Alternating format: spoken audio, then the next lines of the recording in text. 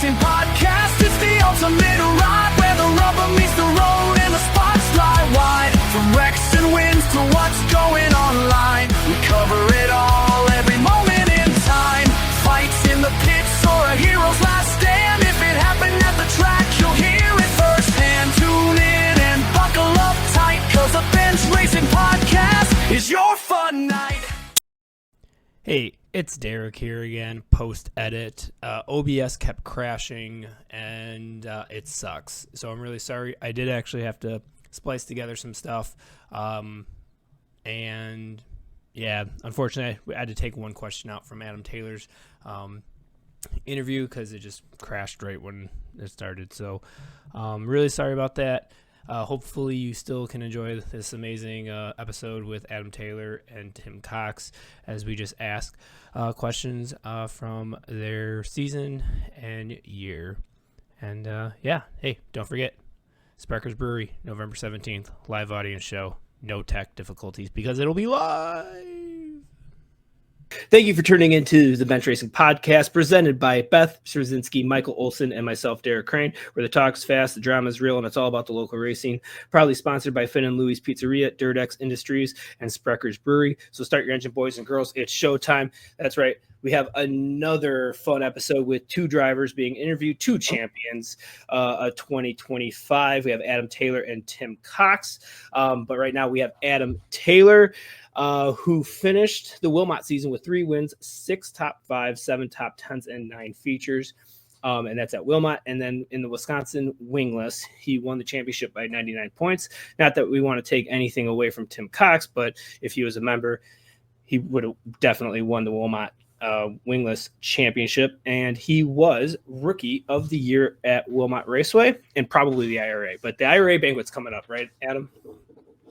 Yeah, it's December 6th. December 6th. Wow. Oh, that's good because that's the Christmas party, so I wouldn't even be able to make it. Free beer. Okay. Yep. All right, so definitely not going to that.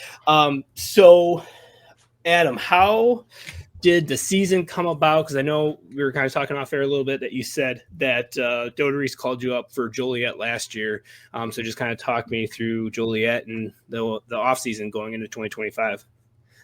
Yeah, so, come Joliet last year, they called me up and asked me if I'd want to run the Outlaw show. And, I was down for it. I've never done – at that point, I had never ran a sprint car before. And being a 2-day show, I was going in, a couple top 10s for the weekend. I was going to be happy. I was passing for 3rd on Friday night and got spun. Ended up 7th after coming from Taylor Field. And then Saturday, I think we started 9th and we ended up winning it. And then over the winter, we just kept talking back and forth and came in 2025 season. We were only looking to run about 7 or 8 races total. And then once season started going, I won a couple races and we figured out we were in the lead for the points.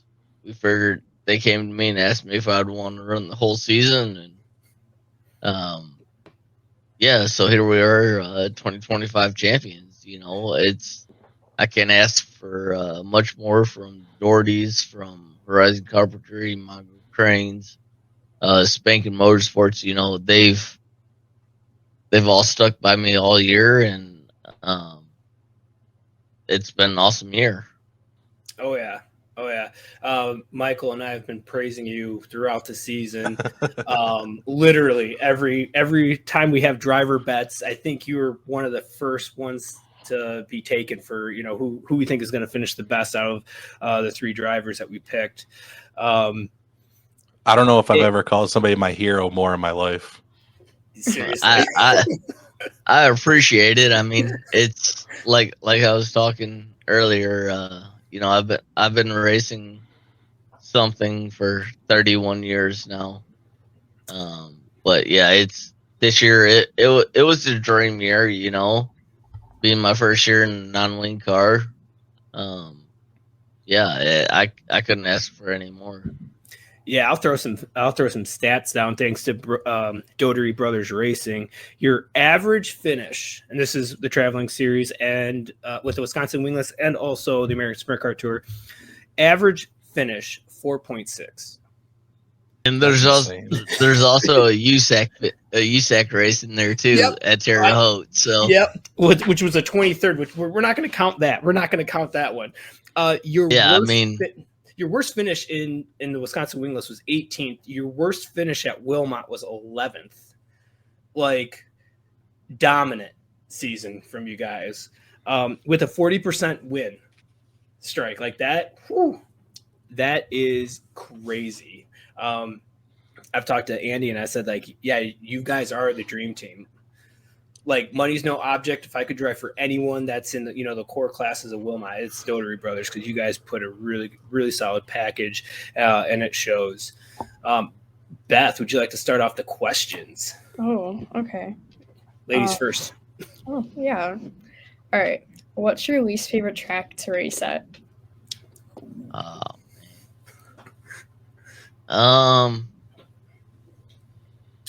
Well, I honestly, I probably have to say LaSalle. That was my worst track this year. You know, I got upside down there, so you know, that's probably my least favorite track this year. Makes sense. Okay, Michael. Yeah. So I mean, you kind of made comment about that you had a USAC race, obviously with the 604 car. What's on the docket for 2026? Is there any potential USAC ability in it, or that you want to leak out? That you want to leak out?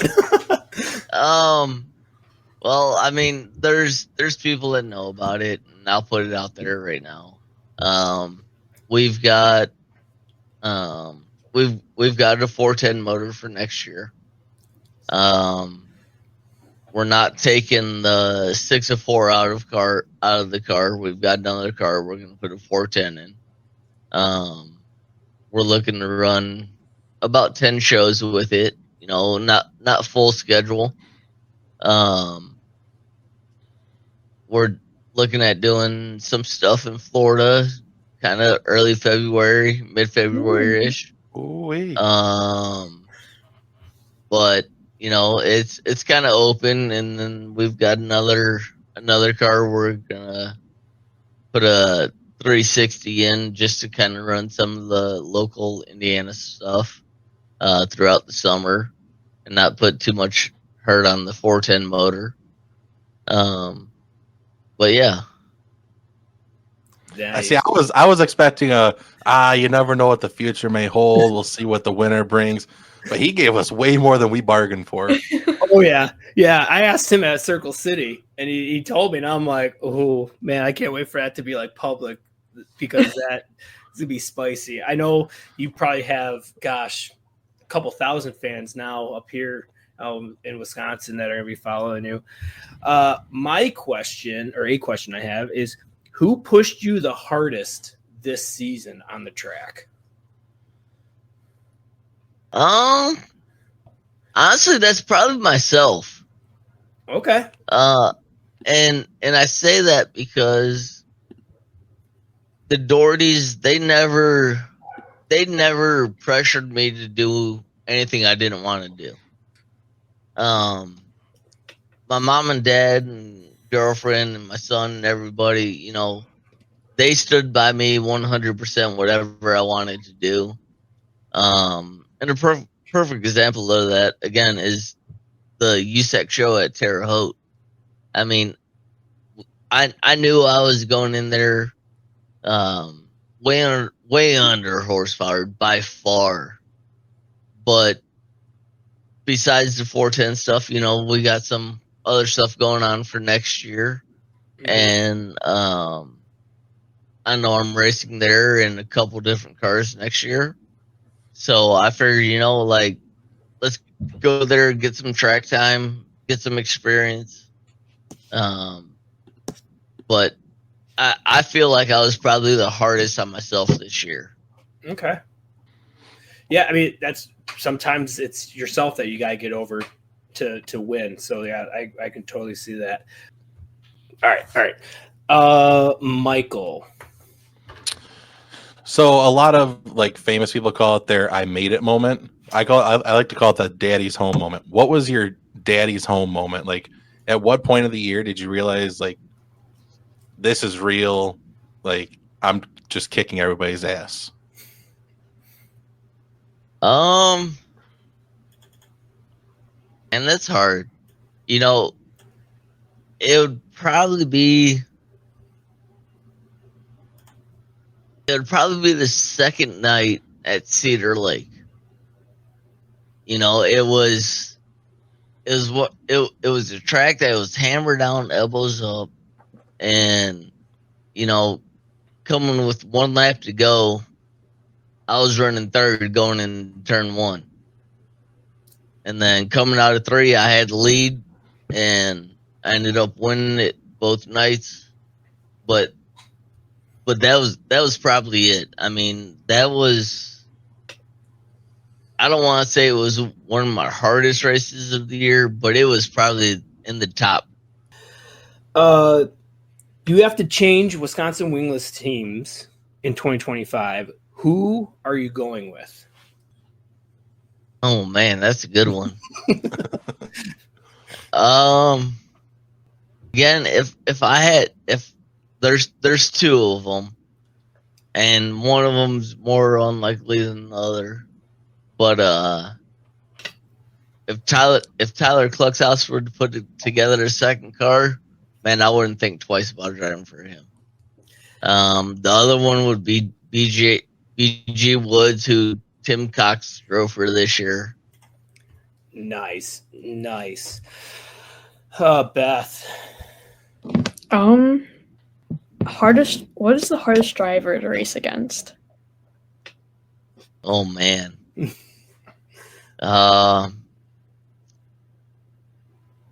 And I know I've said his name a couple times here, but Tyler Kluxhouse, man, he pushed me every weekend this year. I mean, if it was Wilmot, Plymouth, Cedar Lake definitely pushed me. Angel Park, wherever. I mean, he was always right there. And that's one thing I respect about Tyler. You know, he always drove hard. He drove clean. You know, up on the wheel. Yeah, it would be Tyler Kluxhouse for sure. 100%. Yeah, 100%. Because he is actually my favorite driver to throw sliders with. We come inches of each other, but we've never touched each other. I mean, we touched at Cedar Lake, but you know, when you're going three wide for the lead, coming out of turn two, coming to checkered, it's gonna happen. You know, at that point, it's racing. Oh yeah, Michael. If you could go back in time, would you give up racing midgets full time to get into sprint cars again? Oh man, that's deep. That is a deep one, you know, because my 2023 Badger Midget Championship, that, not saying that the Wingless Championship doesn't mean a lot to me, because it does, but the trials and tribulations and everything that we went through in 2023 to win the Badger Midget Championship, you know, I mean, I destroyed two cars. Like, I got in a car for the final night of the championship, going in dead even in points 0 to 0. And, you know, that one, that championship to me, that it means a lot. I mean, there was points in that year where I didn't think it was possible. I mean, the the Sunday night before the Sunday night of the Fireman's National, we won a feature on 3 cylinders. And going in on Monday for the Fireman's National, I didn't have a car. You know, I literally went around and begged people to let me drive their car for the final night. So I mean, that's a hard question, definitely. But I don't think I would change it at all. No. Good. That's a good question, Michael. Who was the first person you either called or text after you won the championship at Plymouth? Once it was, set in stone for sure. It's probably my sister, honestly. She's down in South Carolina.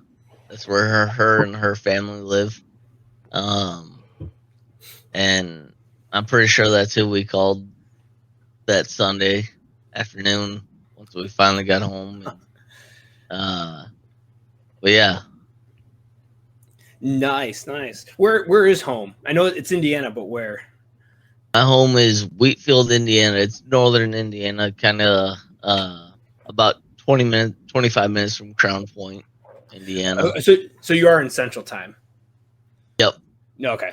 Nice. I mean, that kind of helps with driving to tracks. Yeah. I mean, Angel Park for me is 4.5 hours. Oof. And you used to make that trek every Sunday. Every Sunday. Man, I would literally make that drive Sunday morning, leave the track at 10 o'clock, get home at 2 o'clock, get home, drop the trailer, put my boots on for work, and go to work, and get home at 3:30, 4 o'clock in the afternoon. Wow. After work. Yeah, pass out. You can't hate the commitment. Wow. No, and that actually kind of answered my last question that I had was, what's one thing you sacrificed? Sleep for the midget stuff for sure. Yeah. What about for the wingless stuff? Was there any big sacrifice you had to make to get this championship? Well, we sacrificed quite a bit of midget shows this year. As far as Badger and National Midget shows go.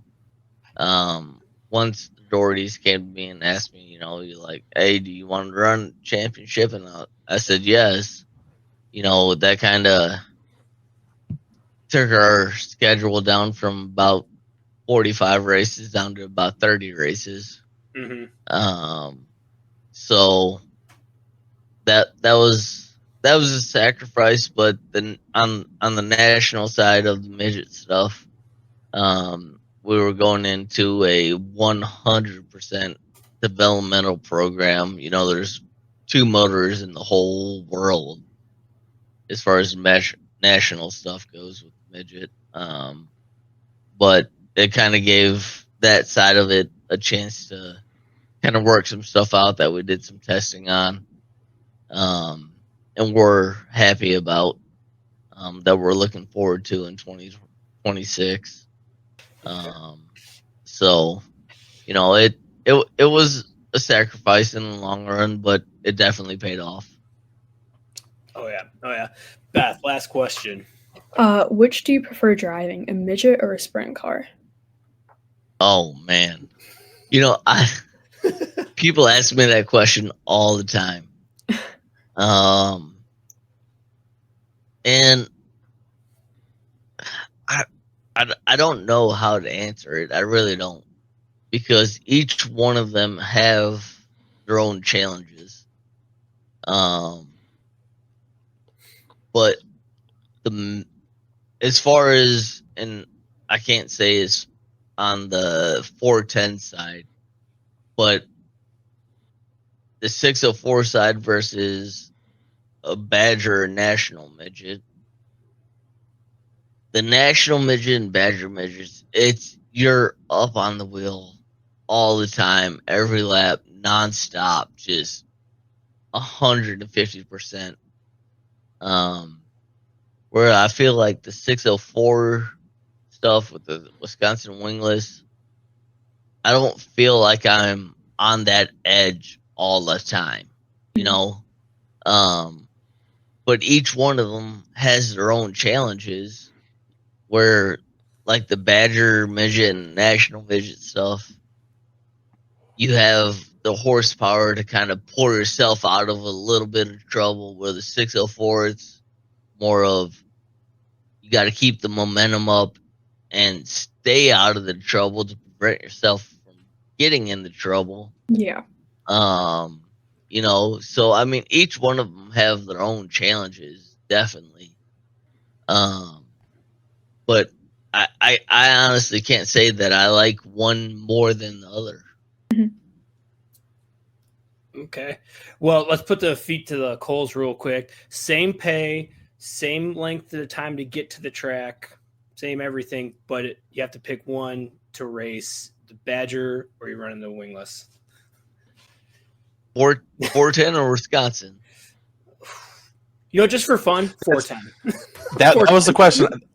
That was what I was going to kind of say. Like, all right, you have equal level national rides, a 410 USAC car or a extreme outlaw midget. Ah, man. I would probably have to go sprint car. Honestly. You know, I'd pay for that. I'd pay to see that. And for me, I don't know if it's just because of the challenge aspect of it, right?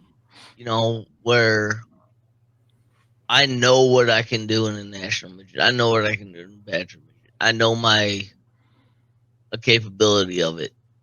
But this, if you put me in a 410 USAC car, right?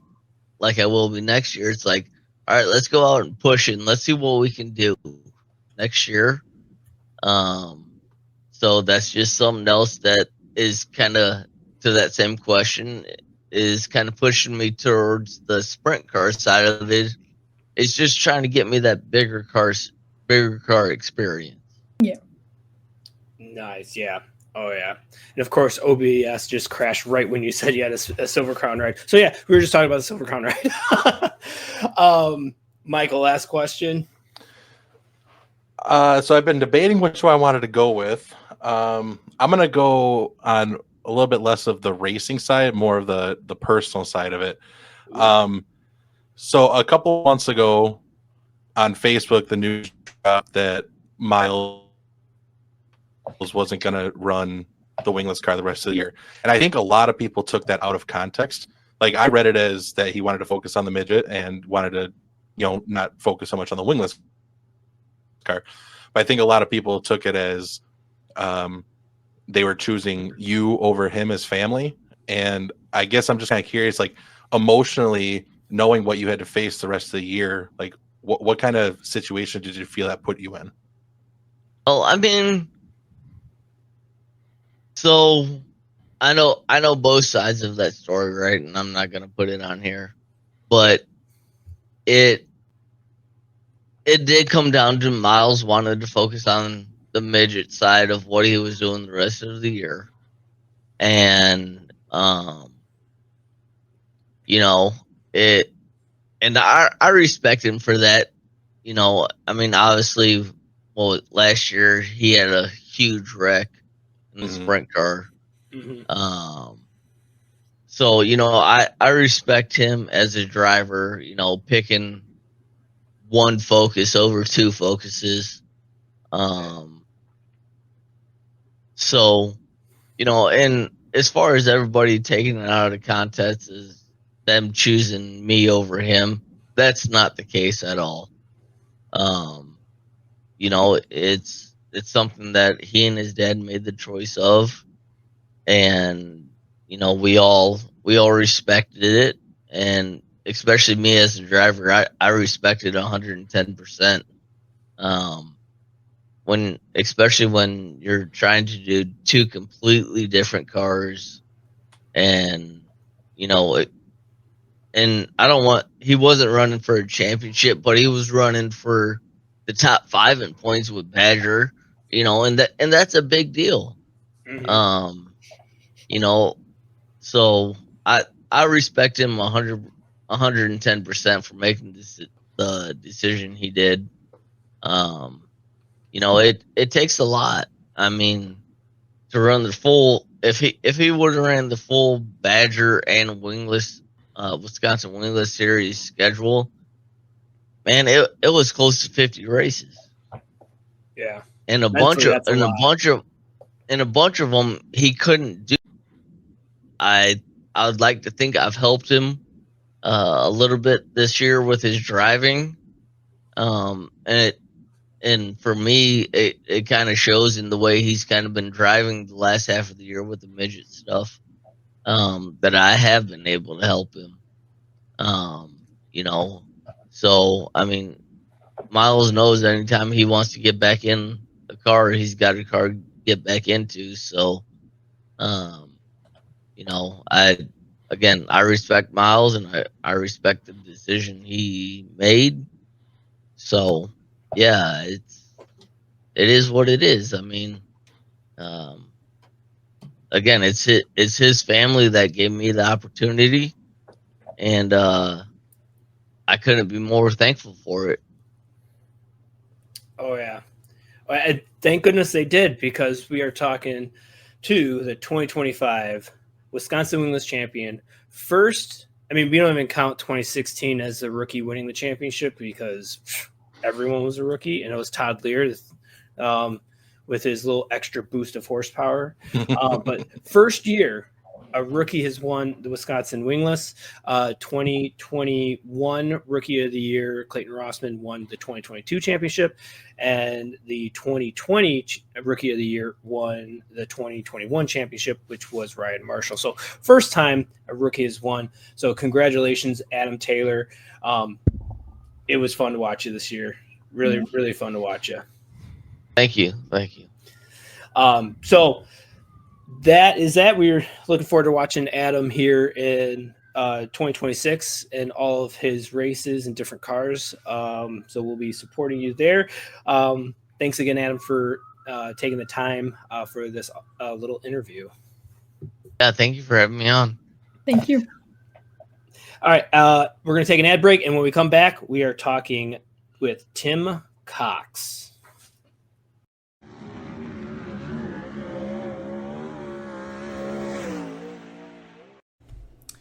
When the shop nights get long after a great result, or even a tough night at the track, or like now during this episode, nothing hits the spot like a cold Sprecher root beer.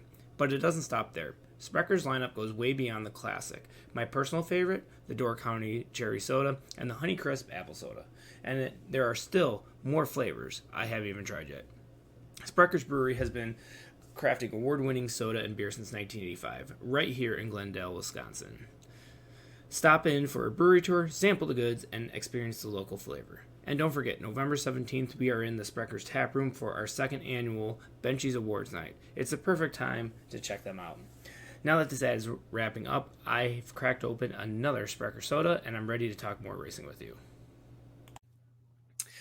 All right, welcome back to the Bench Racing Podcast. Now we have the one, the only, the legend, the man, Tim Cox. Thank you so much, Tim, for joining us. Well, thank you for having me on. All right, so won the 2025 Wilmot Championship with 0 wins, 5 top 5s, 9 top 10s out of 9 features. Consistency is king, and that is Tim's mantra there. Won by 10 points over Tyler Coxhouse and 16 points over Chris Klemko. At any point in the season, were you going for the championship? Were you just going to be picking and choosing, or did it just kind of fall into your lap running full time? It started out, we were just going to go race. Then there was like a little month. Is your Come on, Beth. All right, start over, Tim. Freaking Beth with her notifications on. Jeez. I thought I turned them off. No. Uh-oh. Is that Yep. Whoops. Beth caught Yep. that one? Yep. Okay. All right. But anyway, back to the beginning. Yeah. We were just going to race, and we started doing really well at Wilmot, and I think there was a little over a month and a half left, and I told BG, I says, it'd be pretty cool if we can go win the Wilmot Championship. But I wasn't planning on not winning a feature. That kind of sucks. But I guess Chris Klemko did the same thing last year. Yeah. Yeah. Oh, wow. 2 times back to back, the champion at Wilmot did not. Ooh. We're supposed to be on top of our stats, and Tim's out here Yeah, showing us up. I mean, he's a legend. I figured Derek know that off the top of his head, Mister. Yeah. Well, I mean, it makes sense. Like I had the rookie stat with Adam Taylor, like rookie of the year, then you win the championship. But he just says, no, I'll be a rookie and win the championship. Exactly. Yeah. I mean, 2018, you almost went winless that year, but you got it up at Plymouth. Right. The very last race. Yep. Yeah. So I'll start the questions off because this is just off the top of my head. Is this the first championship you've won without winning a feature? I think it is. Yes. Wow. History being made. Yeah. At his young age, he still got it. we try hard. Yeah. Beth, kick us off with the questions. What's your favorite, most memorable win? Not this year. Oh, no, not this. My favorite win. Well, it's probably not in a dirt car. Oh. Yep, it's in the wing pavement cars over at Berlin Speedway in Michigan. Okay. The night before, I'd raced the midget up at Hales Corners, and we flipped really bad. Oh. And I got a really bad concussion, and we got about halfway over there, and I couldn't drive over there to drive the car. So I had Cheryl stop, and she drove the rest of the way over there. And when I got over there, the car owner looked at me and says, "You're not racing tonight, Tim." I said, "Yeah, I am." And we went out and won the feature. And I don't think I remembered it till about 2 weeks later that we actually won the feature, but that was pretty cool. Oh, wow. Wow. Okay. Yeah, that'll do it. That's cool. All right, Michael, what you got for the legend? All right, I want to test his mind and his statistics a little bit here. So 48 years of racing now. Do you know what your win count is at? It's not exactly, but I'm thinking it's probably like about 125 feature wins. Features. And I don't know. Someone asked how many different racetracks you race at. I don't know how many races. That might be one of my projects over the winter is figure out how many different tracks you've raced at. Could you even list off how many different cars you've raced? No. I want to be like Tim when I grow up. We've raced. I started out in hobby stock cars actually at Waukegan Speedway back in 1977 when I was a junior in high school, and then we've been racing ever since. Every year I ran asphalt late models a lot. I ran wing pavement cars. We ran those a lot. We've won I think 7 championships with those, and it's been very nice driving for some really good car owners with the wing pavement stuff. And I miss it a lot. And there's a couple of special races next year, which I might try to get something together for it. Okay. I mean, I know we can't win because I don't have the money to get an engine that could win, but I think we could run pretty decent. Okay. Yeah, like a top 5, top 10 kind of car. Yeah. Because the car, I still have my car that I've raced, and we won a couple championships with that car, and Jason won a championship with that car. So it's a good car. Okay. And actually, the car that's been winning a lot of the races is one of the pavement car that actually Hefner's had way back in, I want to say 2001, and it was a Hoffman car. So that car is winning a lot of the pavement races still. But different types of cars. I've run silver crown cars on pavement and dirt. We've run midgets, street stocks, hobby stocks, asphalt late models, modified. Maybe next year I might be able to get into a Bandit. Yeah, the real class, the real racing. Yeah, channeling the inner Derek Crane. Yeah, yep. Yeah. I had another question first, but since we're on that topic, you just listed those cars off. What is your favorite car to drive, or your top 3? Favorite car to drive is the wing pavement cars, especially like Winchester or Salem. It's just unbelievable. You can't complain. I know every time we leave Winchester after the wing race, I tell everybody that's with us, I wish you guys could go around here one time in a car, because Winchester's banked as much as Daytona. a lot of people have never been there. And Yeah. if you stand in the infield, when we ran with the USAC cars, you could literally look inside the cages because that's how high banked the track is when you stand in the infield. And with the wing cars, it feels like your head's going to come out of your butt. It's unbelievable. I remember one time Tony Stewart made a comment. The Indy cars were down at, I think, Texas Speedway, and they were talking about the guys were getting vertigo and stuff. And Tony said, he goes, obviously, these guys have never run a wing sprint car around Winchester. Wow. Okay. That's my life goal. Run a wing sprint car at Winchester. Like, I want to experience that. Even if it's a 2-seater with Tim, I'll do it. That'd make it even funner.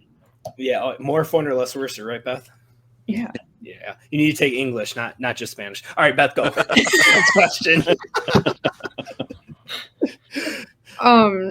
What was your favorite moment from this past year?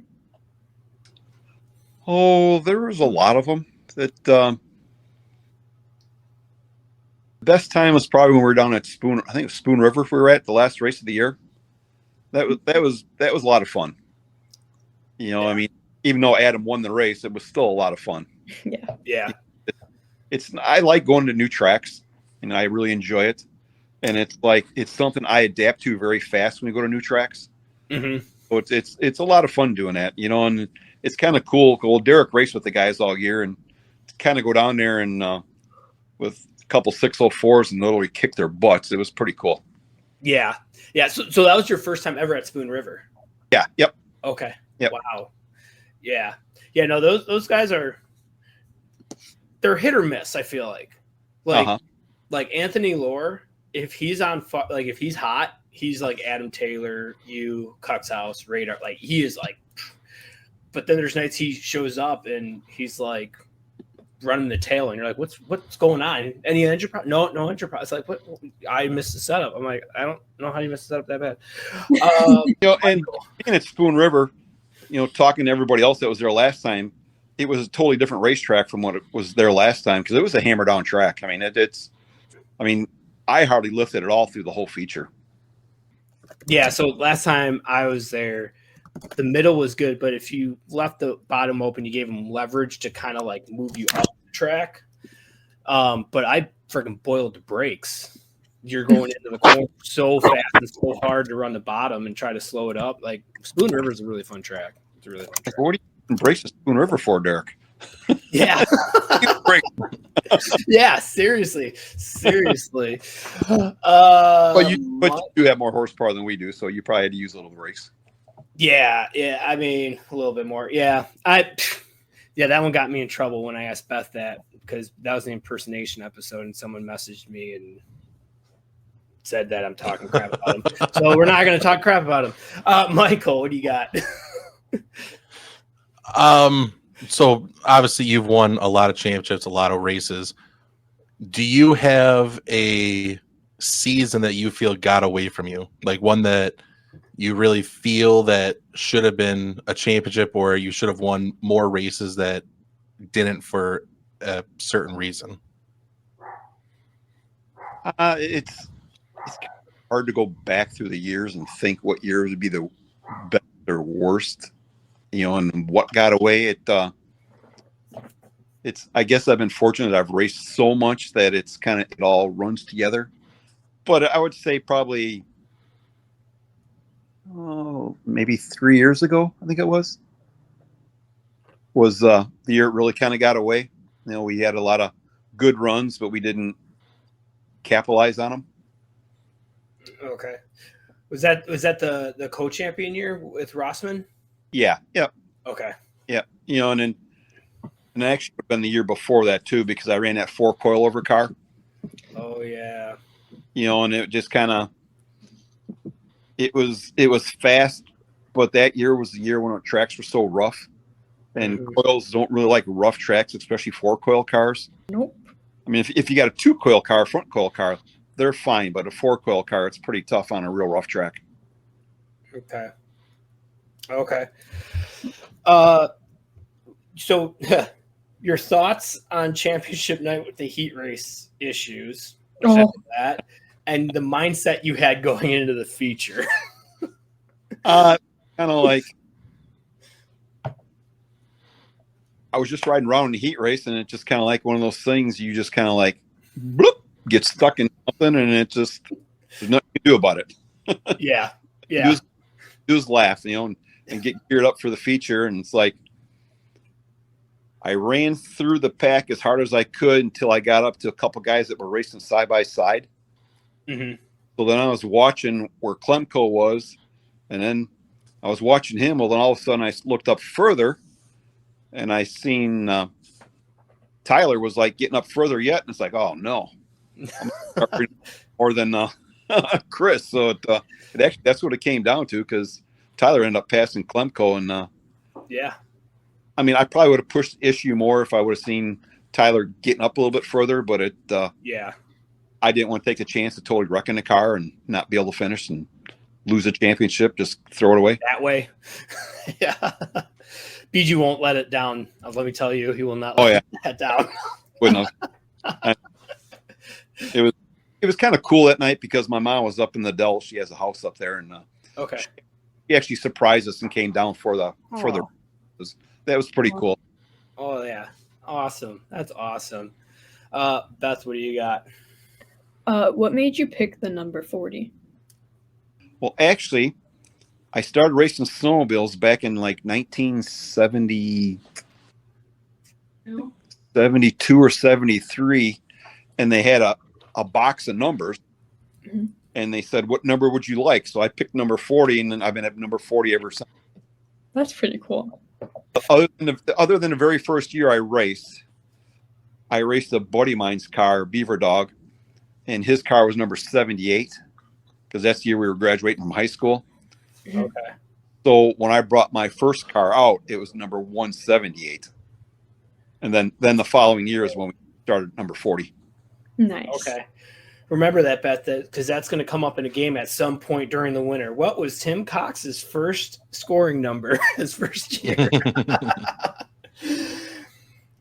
Yeah, who would have guessed that a snowmobile would have been your iconic number 40? Like anywhere I go, if there's a 40, it's Tim Cox. It's not Joe Schmo, it's Tim Cox. Like and it's weird to even say 48. Like I know it was Mongol's number, but like it's still weird.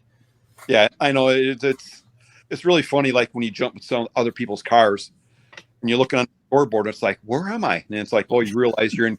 Okay, I'm in car number 45 tonight, or Yeah. like the Crown car I drove, it was number 83. So it's like, okay, 83's up there. And Yeah. there's They yelled over the receiver, 83, move up. And you're like, whoever's 83 is not listening. It's me. that's before they had. That's when they had like a board. They'd write the numbers down, run out the track, and say, okay, 83, you're behind 20. They need to bring that back. That's cool. I remember. Oh, that was cool. Michael. If you had to pick a song to describe your entire racing career, what would it be? Wow. Or a band. We go with a band if that makes it easier. I'm terrible on that kind of stuff. I mean, I listen to music, but to pick a song, Okay. So Maria and Brooks and Dunn. yeah. Okay. So I'll kick off our last round of questions here. All right. You are 100% car owner. Who are you putting into your car to drive for you? Wow. Could wingless, different class, up and comer, someone that's in go-karts or something? Like just who would be able to drive for the legend Tim Cox? First of all, I probably wouldn't be at that point, but if I had, okay, fair enough. because when I'm done racing, I'm done racing. I mean, I'll help people, but I'm not. Okay. Hopefully, you didn't hear Cheryl in the background there. No, I didn't pick it up. You'd probably have to beep it out. Okay. Well, let me just make sure I listen back to this and just make sure. Who would I put in it?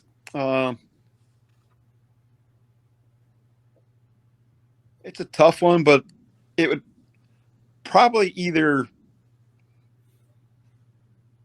there's probably 2 people I'd put in my cars, Okay.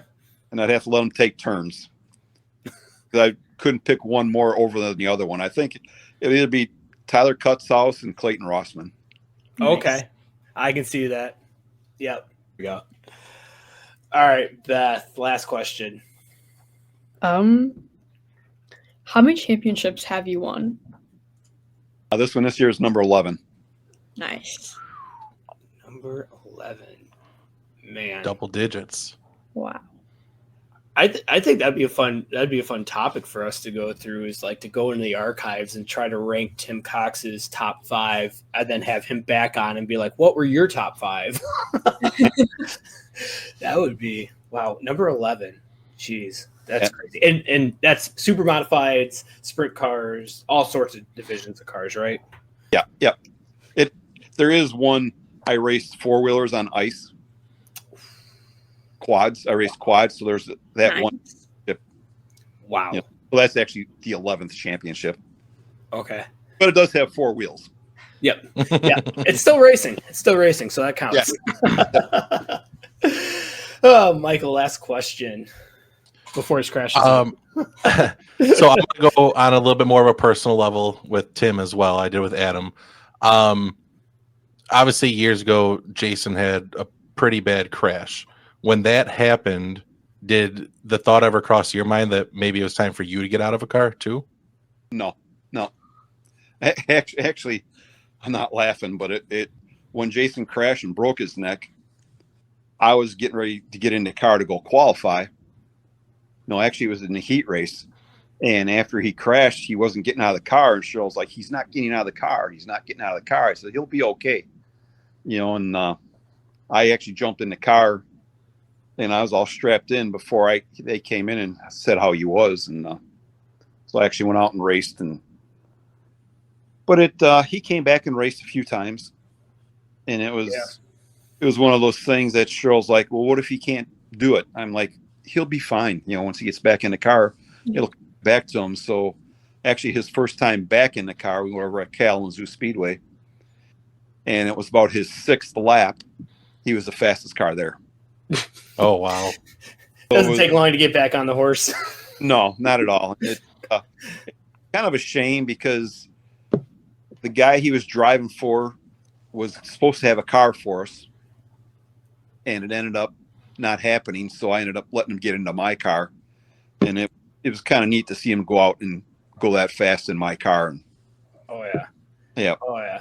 Side question to Michael's. Has there ever been a crash that made you second guess getting into a car?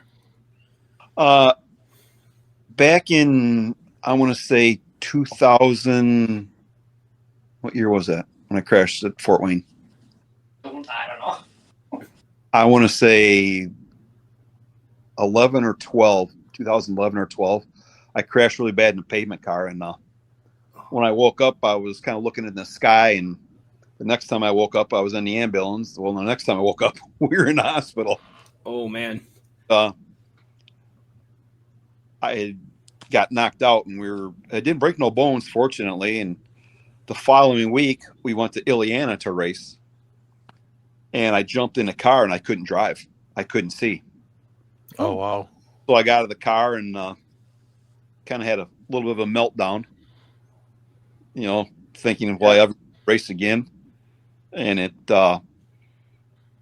that same night, it was kind of ironic that Jason broke his motor in his pavement car. So I asked the car owner, can Jason jump in my car and run it tonight? Well, he goes out and just misses track record with it. Oh. Started 10th in a feature and won a feature. I think it would just be like it's a yes or no. It's not going to be like, oh, should I or shouldn't I? I think it's kind of more definite. Right, just like with me quitting racing. It's like when I climb the car and it's like, why am I doing this? That's when I'll be done. When you said that to me, and I'm like, I know when I'm done is when I start saying that to myself. Yeah, and it's I've been fortunate to drive for a lot of good people, and it's nice to have a lot of good equipment, but it, on the same token, is, I work on a car probably more than it's like I'm never home in the summertime. Mm-hmm. And it's being older. It's kind of nice because you don't have kids to worry about, to have to be here and spend time with them. So you just spend all that time racing, and it just I kind of like having my thumb on everything. Yeah. Jumping in someone else's car and going out and running. Mm-hmm. Oh yeah. Yep. Yeah. It's hard, even like driving, for McKellips, and when I drove for BG, like it's just really hard to have someone else work on the car. Yeah. Like I like to have like you said, like your fingerprint on everything. I mean, I trust them. It's not that I don't trust them. It's just, I don't know. I just enjoy that part of making the car go fast too. Yeah. There was a couple car owners I had that were down in Indiana, Don Lambert and Tony Swanson. I mean, I would just show up the racetrack and jump in the car, and I just felt comfortable with them guys working on it because they were very, very thorough on their cars. Okay. Everything was touched during the week. Yes. And that's how you make a car go fast and feel safe in it. Yeah. It's in the garage. It's not at the racetrack. If you're working the car on the racetrack, you're not going to win. No. Maybe to be the first one out of the B, maybe that one, but I don't know about anything else you're going to win. Unless you're heat racing, you got to work on it. Yeah, exactly. Oh, man. Well, thank you so much, Tim, for taking the time and being on our show. And just trying to gain my bearings here because I'm like waiting for the thing to crash. Yeah. So thank you, Tim, for being on, and have a great off season. Hopefully see you in a car here shortly next year, right? Yeah, we'll be in something. Me and BG haven't sat down and talked at all, so I'm not sure what's going on there. And hopefully we can still work something out, run his car a few times, but I'm not going to run for a championship next year. I've heard that before. No, I'm kidding. Yeah. Who knows? Back-to-back championships. We don't know. Yeah. Put on a piece of paper, I'll sign it. Yeah. Okay. Well, unless they let team drivers go for a championship, then drives his car when I'm not in it, then we could go for a championship. There you go. Awesome. Well, like I said, thank you so much, Tim, for taking the time. Huge thanks to Michael and Beth. Like always, being the amazing hosts that they are. But that's it for this episode of the Bench Racing Podcast. We thank you for spending your time with us and look forward to talking more racing with you next week. Until then, peace out, Girl Scout. Peace. Bye-bye. Have fun. It's the ultimate ride. It's the all night.